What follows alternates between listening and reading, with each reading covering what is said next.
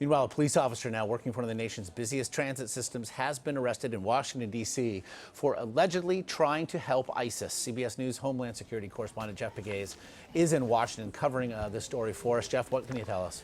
Well, Josh, I'm going through the court documents, and they're right here, about 18 pages. And according to investigators, the man has been identified as Nicholas Young, and they say between 2014 and 2016, he was providing material support to ISIS, according to the allegations mentioned in this court document.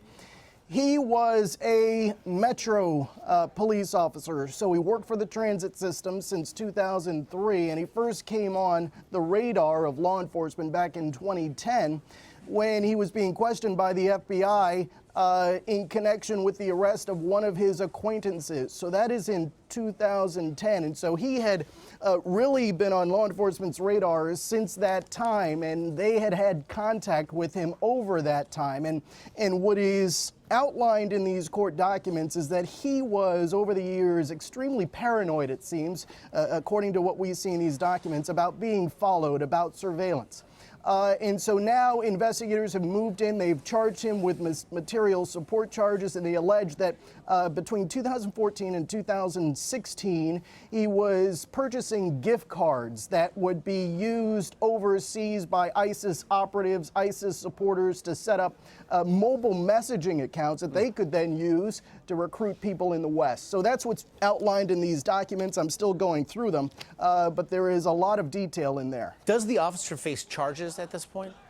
Oh, yeah, he is facing charges. And as I said, he is facing charges of material support of ISIS. And don't get me wrong here. This is not someone who is funding ISIS operations in a big way. But what he represents to law enforcement is a potential threat. He was obviously armed in his position as a Metro police officer, and so that is a concern. And over the years, according to investigators, he had associated himself with people who were, at the very least, showing sympathizing with ISIS operatives and ISIS operations. We also, with regard to certainly the discussion of radicalization via such media as the internet, with that now as the backdrop here, Jeff, what is the concern among law enforcement officials that their fellow members of the law enforcement community, with access to weapons and perhaps surveillance techniques of their own, might become ISIS sympathizers and do what this officer stands accused of doing? Well, obviously that was part of the concern here, that here is someone who is working in a transit system, which is what ISIS, through its propaganda, has talked about targeting.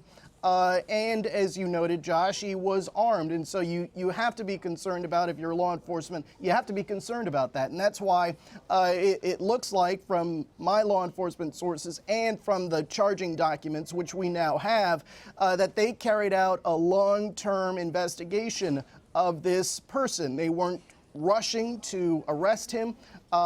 This was an investigation that had been underway for several years with the use of undercover confidential informants. So, as I mentioned, there is a lot of detail in these court documents, which shows that FBI, the Department of Justice, put a lot of resources into this investigation, and what they have is material support charges. This is someone who was working as a law enforcement officer who, it is alleged, was trying to help ISIS carry out its operations. As I mentioned, this wasn't some major financial backer of ISIS, but every little bit, according to these court documents, points out that he was trying to support their operations. It may have been in a small way, but it is still significant, because it is those mobile messaging apps that ISIS and other terrorist organizations have been using to recruit members.